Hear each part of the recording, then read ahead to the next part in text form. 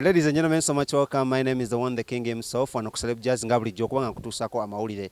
Different news happening around the country, social media, buzz, rants, nebirala bigenda maaso mukoba erewe. Tunabagamba, if you haven't heard it from here, you can't hear it from anywhere, and that means it's not true. Amanya ngabe nkugambye gali gamugo ka King Smith, genda ku social media zonna oberengo subscribinga, ngo likinga, ngo followinga, awo kawaka tujokubanga tukachinga twe supportinga. Grow me, I grow you back. Nuna kolwayo tulimu sessions z'aba TikToker. One of the famous TikTokers onako lero gwenina nali mubaletedde koko ne twogera mu Kembozi yali mpanvu nnyo n'olunaku olwaleero tugenda kuba tugezaako okukachinga up kuva luli mpaka kati saawa zino we tuli bamuyita Tom wa Namata.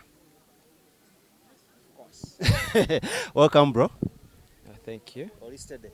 Sina tabu n'akamu n'akeddagala. Obukakamu nga bungi bw'olaga nga omuntu akusinkanye kyokka ate wali obeera wa fujjo mukko. Kino kye kiraga true murasta. Murasta tajali aba talina tabu. Always one love. Soko buze kubakola ku celeb jazz. Abanda ba ku celeb jazz yenze Tom wa Namata ate nate nkomyewo nenga mwebale nnyo supporting mwebale kale tusoke tukachingeko up nga bakyali nga babadde twali tudde okubanga tweraba. How is life? Obulamu badde butya, bitambula bitya, social media kutwalaganya etya n'emirimu? Emirimu tegina tabu sofa kuba twasisinkana akaseera kawezeeko kati neera obulamu bugenda bukyuka tweyongerako bweyongezi. Praise God. Economy gwe kutwala etya? Sina nnyo tabu accordingly nti kuyiriba kutetenkanya osobola obaawo. Business yaffe eri amanya asinga bakumanyidde eno ku TikTok neffe tukumanyi munno ng'omupambanyi wali e Busega akwata mu fridge n'ajjayo ekyennyanja n'akitematema n'akisalaasala n'atuwaki n'akituwa ate ne tukirya ino ku sowaani. Ebitambula bitya ebisai? Tebirina tabu nnyo okusinziira naye according to embeera wegenda ekyuka ng'omuntu w'omanyi nti osobola obba ng'okozesebwa ebbanga naye weweetetenkanya n'oyiya koyiiza muba obudde n'osobola ofuna nawe kyeweetetenkanya n'ofuuka boosi wo wenga gwe so kati ate erevo gye tuliko. Gamuli ate mbadde tusinagategeera nga tonagampa so kati weekozesa mu business yemu oba wakola venture yiyo? Nakyusaamu actually nga wonakola nomanya nti kati ng'omuvubuka yenna alina ebibalo obirooto okola osavinga so osavinga n'olaba nti you can like ofunyewo ka capital nawe n'olutandikirawo ekikyo. Yes. Kati tuli mu business kisobola nti wajja ne bakuwagira kuba ffe omanyi wano twesupportinga. Nakolawo ka PlayStation kange bino video games z'abaana biki nenfunayo TV zange 2 PlayStation zange 2 so kati njiriba mpolampola bwe ntyo era obulamu butambula. So abaana bonna abali eyo nga banyumirwa nga banyumirwa PlayStation banyumirwa combat banyumirwa omupiira bajje basupporting ate ebiseera ebisinga tubeerawo wali ku gladiator nti PlayStation gireeta awo ne tuŋŋanira awo ne ba TikToker bonna okitegeera ate nekirala ne ka station era nakateeka awo outside gladiator paradise emasana so kiba kitegeeza sobola okujja n'olaba ku celeb Tom kuba ndi star ekyo kyo kitegeerekeka ndojja nondabako ate at the same time nga wetunyumirwa tuzanya ku games kubanga bwe bulamu gwe mulembe. Yes. Kale so kati eyo nga tuddeyoko emabega still tujja tukachinga up TikTok yo eryete kutwalaganya takwali twakoma okulaba nga yo ogenda kola skits ate ezakabi ogenda kwongeramu abantu mu kintu kyo kitambula kita these days? Tekirina tabu n'akamu lwa nsonga ate by then nali sinnabayongerako mu firisuuti ennaku ezo ate kati nawe weyeeyongeramu ate nekyeyongera okukola ki okwambuka kiba kitegeeza creativity ate yeyongera bweyongezi buli wobeera ng'olina experience. You understand? Oyiiya n'ogaa kati ekintu ekirina bbowa abantu kanyongeremu kino kankole bwe nti era nekitambula so TikTok is moving smoothly. Yes. Abasinga beewuunya ngeri gwe gye wavayo ne concept zino ezizo kati weyongeramu omufirisuuti tuli nnyo mu bintu byakuvuma tuli nnyo mu bintu byakuwemula lwaki gwe twakwata that path gwe n'osalawo okwate eno ey'okubanga ozannya comedy oba nga ozannya skits ezo? Actually that's me. Kiri mu butonde siri nnyo muntu wa violence ebiseera ebisinga njagala nnyo okukwatagana n'abantu ate nsobola okulowooza before acting ntya ti osobola okunnomba in a rough way nendaba engeri y'okuhandlinga situation nemanya nti kati olwo nanyiize nyina mukkakanya bwe nti than okumuddamu oba bwenti, you understand? So ndowooza nnyo nze before doing something. Yes. Abantu bano bozanya nabo skits zino, do you have an agreement with them oba mbuno ngamba tenaku terucha lumu ne tubalanga bakututte mu kooti nti no abakozesa ate n'otabasasula ebintu ebito? TikTok is all about entertainment, let me say. Nti naye yennyini akikola n'adda wali ku video n'alaba n'aseka. So tulindako nnyo, tulwawo nnyo lowooza ku ssente, kubanga TikTok okutandika okufunamu ka ssente gwe just okola bintu byo ng'onyumirwa obusimu bwo ne bukola ki ne buvuga. Kiba kitegeeza ate nze ndabanga nze abayamba ntya kirwa nsonga akawunti zaabwe nto naye ogenda okwesanga nga oli asobola omu recognizinga n'agamba oyo ye gundi azannya ne Tom. Kiba kitegeeza naawe omukolerako kaki ka brand akatonotono n'afuna recognition in people. Yes. So kati walese concept empya erimu omufirisuuti n'ebintu ebito, soko nnyo ku concept eno yavaawa era waki wakirowooza bw'otyo? Nga bwe tugambye nti entertainment industry it's all about art na kuyiiya. Oyiyiza ki? Nkoze TikTok videos since lockdown. Sometimes ekintu kisobola obbowa abantu okitegeera ne kibabbowa ne bagamba era yoyo Namata agenda kukola bw'ati, agenda yogera bw'ati. So kati gwe ky'olina okukola kuyiiya n'ogamba kati kanyongeremu kano kajja basanyusa, kanyongeremu kano kajja basanyusa. So nze njiya kiyiiye ne ngamba let me add in this one so that people bakola ki banyumirwa basigale nga bagobera page yange nsigaleko kuba nkyaliko ndi star. Tom, you being a star comes with a lot of things, and you being a celebrity comes with a lot of things. Sente, fame ejja n'abakyala, bijja n'entalo ez'enjawulo enkokola, ebintu bino byahandolinze otya byonna tandike ne sente, zo sente zizze? Zinamu akasente akamala akasobola obbaawo ng'omuvubuka nsinga bangi kozi nga bwegambye essaawa eno neekozesa. I have my own business. Gye nzigye mu TikTok, kuba buli kimu nze nkijje mu TikTok. Yeah, I have that belief. So siri bubi.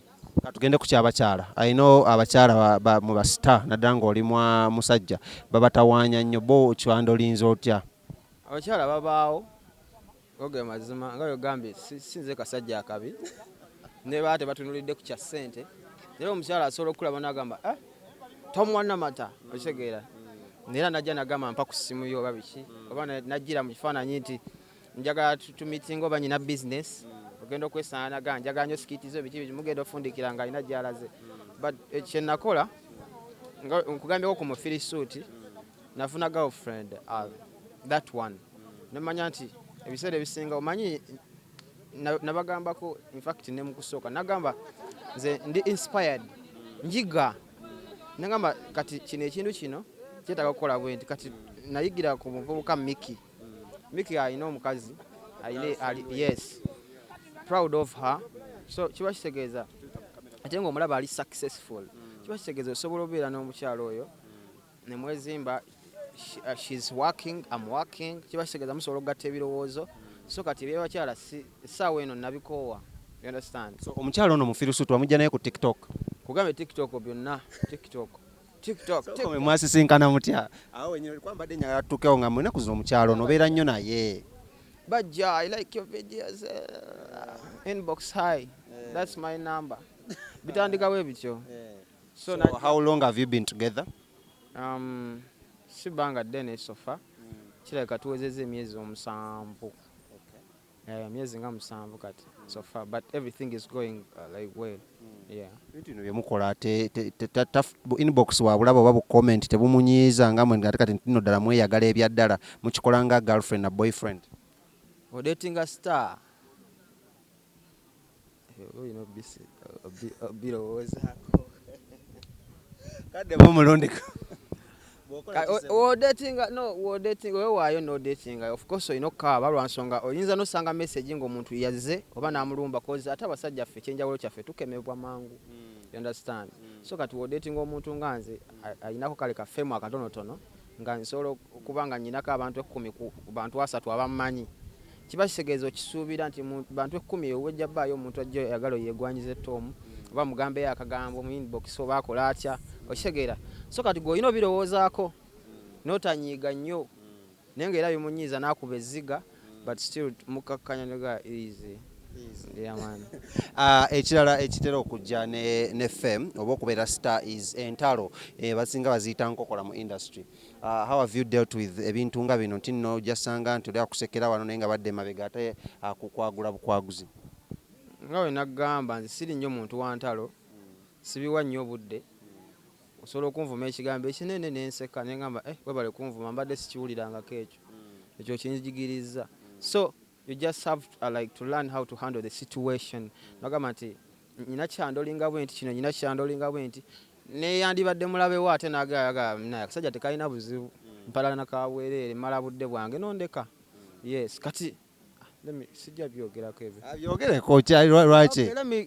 Oyinako situation gy'oyagala otunnyonnyola. Let me clear the air because nga we tubadde mu ensonga y'abakyala recently nalinako saga ku TikTok okwo nange omuwala eyannemeramu biki kyegera apostinga avuma girlfriend wange anvumye biki akomezayo byemabega yete nga byaggwa kyegera nasirika kumala akaseera nga we gambye nti nze ndi musajja amanyi handlinga nembireka mu inbox nenagenda olaba kigize nnyo nenzija ku air mga this and this girl wandibadde onneesonyiwa bambi onyonoonera koze ebintu bingi nsirise this and this naye ngenda okuvaayo nga nkiraba kikoze eki kiganye kiri too much obeereyo n'obeera depressed mu inbox nokanga nkole ntya omuwala nemeddemu omuwala njogerako bino osegeera so oyiga engeri gy'okuhandlinga situation.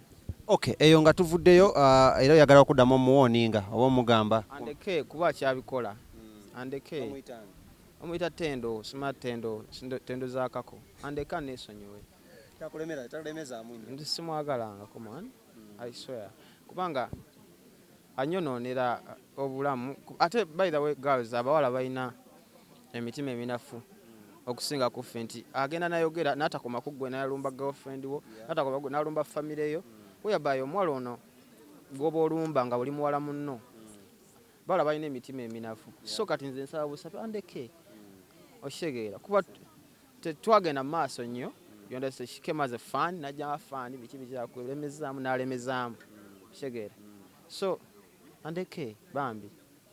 Kale nga twagala omaliriza ki ekiddako Tom because ebisinga tubyogeddeko njagala tusooke twogere ku nsonga ya mukwano gwaffe Dr. Sefco. What do you think should be done as a TikToker muyinza kukola ekyokulaba muno mwewala embeera nga zino batuukako okusibibwa okuleetebwa mu makooti ebintu ng'ebyo because of just kubanga olina essimu ne data? Yeah, okay. What we should do kye kiri kyegambye nti tulowooze nnyo nga yetundakola kintu kino ekintu kituwe n'ekyokuyiga okitegeera nti fine oyinza obba omuntu gw'ovuma naye avuma but level yo eriwa naye ye asobola kutuusa wala waggwe wotasobola mutuusa you understand kubanga fena tukimanyi bonna bano babadde nga abafaanaganamu according to the content they do kyebalaga ku air naye kyetulina okukola essaawa eno tikati ekyatuuseewo kyakuze ki kyatuuseewo mbadde njagala tupraisinge eside eno eyatukwatidde muganda waffe twetonde in one way or the other kubanze kyemanyi mu kwetonda kwaffe bayinza otutuwulira ne bawulira omulanga gwaffe twongera omuvuma nze ndaba kiba tekikola ki tekigasa nze mbadde nga tukwatirwa wamu ffenna tulwanire muganda waffe twetonde kubanga gyetusobola okukola sofa tetusigala tujagenda tugamba omulamuzi tulina kwetonda we are sorry but tutere muganda waffe akomewo tajja kuddamu koza aboneredde because n'omulabako bulabi you can see that embeera gyalimu si nnungi ate nekomera si ddungi muvubuka muto akyezimba nga ffe okyegera so yeetaaga second chance. Yes. Kale ebyo nanga tubitadde bali Tom kyekiddako mu career yo nga TikToker ate n'omuntu akola ebintu ebisanyusa abantu nga entertainer? So far njagala kunywereza ddala kintu kino kubanga amazima gali nti entertainment mulimu ssente ebyaddala nti entertainment deal emu esobola okukyusa obulamu bwo so nze kyenjagala kwongeramu bwongezi kukiteeka ku level ndala getting good cameras, doing good skits, pose ne YouTube yange ekule mbere nga sikikuba ino yokka YouTube, Instagram, so kyenwanako mbere nga at least I have a place in the entertainment industry in Uganda. Tweyanza nnyo tweyanzege amanya yenze King Smith. Ine ekigambo kino kyagala okusembera nakyo bogamba abantu bakufollowing. Sijja bagaba following cause kibakakatako mshegeera content gwe nina mulungi. So wonyumirwa ka video gange tekigana kola ki kukanyiga oshegeera nze njagala nnyo omuntu unfollowinga out of love, not just in followinga bichi wonyumirwa unfollowinga oba tonyumiddwa you live no problem. Naye ekyenyizo focusingako ye YouTube channel Tom Namata bagende ba subscribing cause nange njagala nkuleko YouTube channel yange cause YouTube fena tukimanyi osobola okujjako nayo akamere oshegeera. So nsaba nange ba subscribing ko ate bagobene platforms zange zonna, Facebook page Tom Namata, Instagram Tom Namata, TikTok babimanyi. So nenkubiriza n'abavubuka twebereremu tukole tuve nnyo mu kulowoleza kuba abamu batulowoleza mbu TikTok kwe tuli ennyo. No, just TikTok tufunako emikwano ate ginaatwongerawa maaso pozi tuyiye tukole ate tukwatagane n'abantu tetuvuma abantu n'ekirala maama Jennifer full figure batusonyiwe for our friend, for our brother mutabani wo kubisa eno muzaala, so atusonyiwe tuboneredde. Kale tweyanza nnyo tweyanzege ndoza mama full figure obako obujja kubanga bukutukako amanya yenze King Smith nga bulijjo wano ku Celeb Jazz nange mu following right there wano nyinyi mu subscribing kwa kikulu nnyo ku TikTok erako ndiko nga one King Smith interview nga zino bosangako nobera kubanga ateyongera kwanga omanye ebigenda maaso kuba celebrity bamwe mbagala nnyo keep yourself safe ate nekira temuvuma tukole content fena tuli mu content creation tukole nnyo content anyumira abantu nga tetuvoola mbagala nnyo musibe bulungi mweraba. Oyagala omukolo gw'enjawulo gobeere n'ebijjukizo mu nnyumba yo kankwanjulire ba King Montage Photo Studio fe bakafuluma okukuba ebifaananyi n'okukola video. Olina wedding, birthday party, kukyala, nika, baby shower, photoshoot oba music shoot na buli kimu kyonna ky'oyagala fe tusobola okuwa ebijjukizo ebirungi eri ebirooto byo ate nno mwana wattu kusintiiza omuntu wa bulijjo. Tusange bannankulabe ku bitaala ku Prime Tower Level 3 Room D04 okumanya ebisingawo tukubire ku nnamba zino noti 7 noti 2 emu noti 4 emu 25 oba noti 755 7 7 oba noti 777 noti 23 4 noti 5. King Montage Photo Studio fe tusobola okuwa ebijjukizo ebirungi ate nno mwana wattu kusintiiza omuntu wa bulijjo.